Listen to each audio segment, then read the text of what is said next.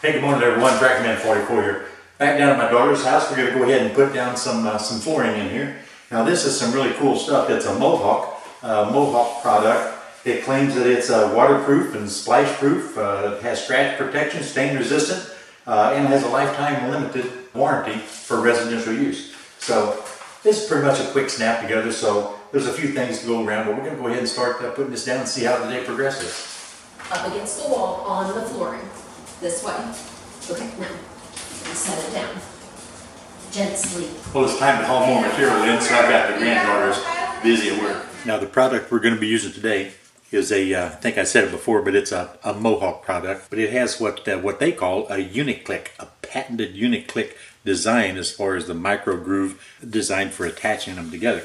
The old tongue and grooves literally just, inserted and you drove them together, and then used a flooring nailer to drive your nail right through the tongue and into the subfloor.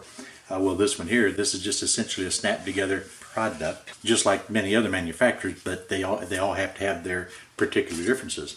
Now this guy here, that Uniclick, it's designed to where you can just set the two pieces together like this, and then once you pop them down or pop them together, they just snap in place, and then everything is perfectly in line, perfectly horizontal. Whenever you start off, you want to cut this tab completely off, the small tab off, and then put it up against the wall, and then put you a spacer of about 1/4 of an inch or thereabouts to give the product the ability to kind of to move a little bit with temperature changes or whatever. It's just called a floating floor. It's not glued down or anything like that. And if you notice the real odd end on this, on the opposite end of each piece, of course, will be the female receptacle, that will actually interlock with this guy right here. So in laying them, it's a little bit of a trick to get started, but once you get the first 2 rows down and get some weight on them to kind of hold them in position, then they snap together really fairly quickly. And when you get to the end of the row, you make your cut, then use the off fall to begin the next row at the other end of the row. Now what the girls are doing here, they're bringing the boxes in and they're stacking them all in the direction in which we need to take the product out of the box and lay it on the floor. You don't want to have to try looking or have to look at every single board to make sure it's going the right direction. So this eliminates that aggravation. It looks really pretty. Yes. Yeah, about the right distance. Yeah. I think it looks, the more you get down, I think the prettier. I need ears. I agree. Does he have some? Oh, I got earplugs for sure. Earplugs, yes. Yeah. This is deafening. Ready? Yeah. Now this girl here, this is my oldest daughter. She's keeping an eye on the cracks, make sure we get the ends and everything drawn up nice and tight. And she's laying out all the boards to make sure we don't get repetition in the pattern. There's nothing worse than to get a floor done and you go back and look and you have identical boards side by side on a couple of the runs. So we learned our lesson many years ago, and we try to keep that to an absolute minimum. Well, actually it does not happen now with her laying out, or one of the girls laying them out ahead.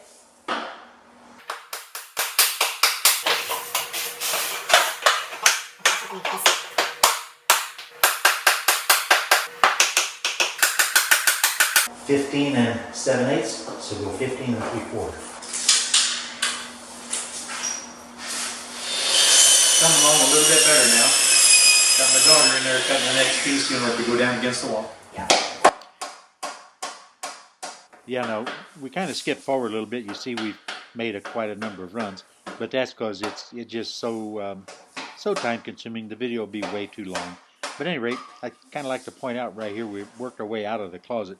Closets are always an aggravation. You got a knot to go around, and everything's got to be really tight, but it's got to be tight enough to where the trim boards will cover up the cracks, but not so tight that you'll cause the floor to buckle with changing humidity conditions throughout the course of the year.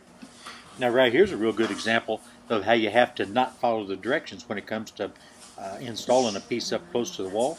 Instead of actually tilting it out and doing like normal, you actually have to you just have to fiddle with it until you can figure out your own technique for getting them in such a tight fashion. It's not pleasant, but once you get the technique figured out, it goes in fairly quickly and easily every time.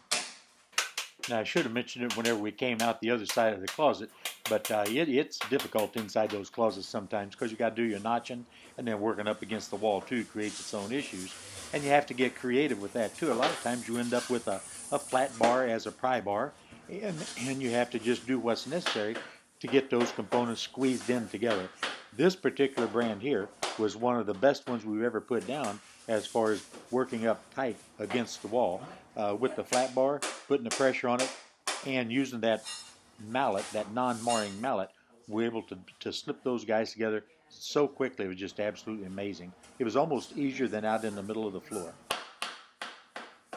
Truth be known, if you read the directions and then watch what it is that we're doing, there's a lot of the directions that we're kind of not really following. We're doing a few things that will probably not be recommended by the manufacturer, but as long as you get them up nice and tight and do not damage those joints, you're going to be golden.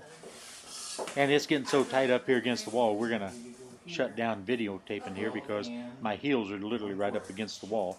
So we're going to make it easy on ourselves and come back whenever the job's done. That's going to give us that much waste. So here's the finished product. This is roughly a 13 by 15 downstairs bedroom, and this is the product is a Millport Hickory Mohawk brand, and it's that Uniclick pattern that I described earlier in the video.